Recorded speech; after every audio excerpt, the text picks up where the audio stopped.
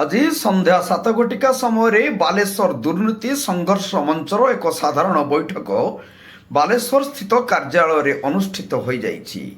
ଆସନ୍ତା 28/12/2025 ତାରିଖ ଦୁର୍ନୀତି ସଂଘର୍ଷ ମଞ୍ଚର ବାର୍ଷିକ ଉତ୍ସବ ହେବା ପାଇଁ ଦିନ ଧାର୍ଯ୍ୟ କରାଯାଇଛି।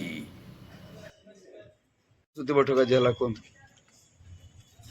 ଆମର 28/12/2025 ରବିବାର ଆନୁଆଲ୍ ଫଙ୍କସନ୍ ହେବାର ଫାଇନାଲ୍ ହେଇଥିବାର ଆଜି ପ୍ରସ୍ତୁତି ବୈଠକ ବସିଗଲା।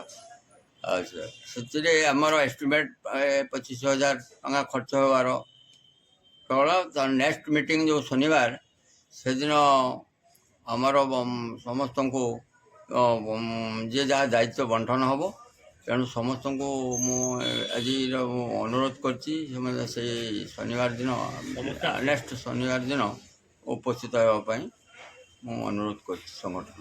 କାରଣ ବେହେରା ମୁଁ ଏଇ ଦୁର୍ନୀତି ସଂଘର୍ଷ ମଞ୍ଚର ଜଣେ କର୍ମକର୍ତ୍ତା ଏବଂ ଏଟେ ଆସିଷ୍ଟାଣ୍ଟ ସେକ୍ରେଟାରୀ ହିସାବରେ କାମ କରୁଅଛି ଏବଂ ଆମର ଯେ ଏବେ ଯେ ହେଉଛି ଆମର 28 ତାରିଖ ବାର୍ଷିକ ଦିବସ ଗୋଟେ ପାଳନ କରାହେଉଛି। ସେଥିପାଇଁ ଆଜି ପ୍ରସ୍ତୁତି ବୈଠକ ହୋଇଅଛି।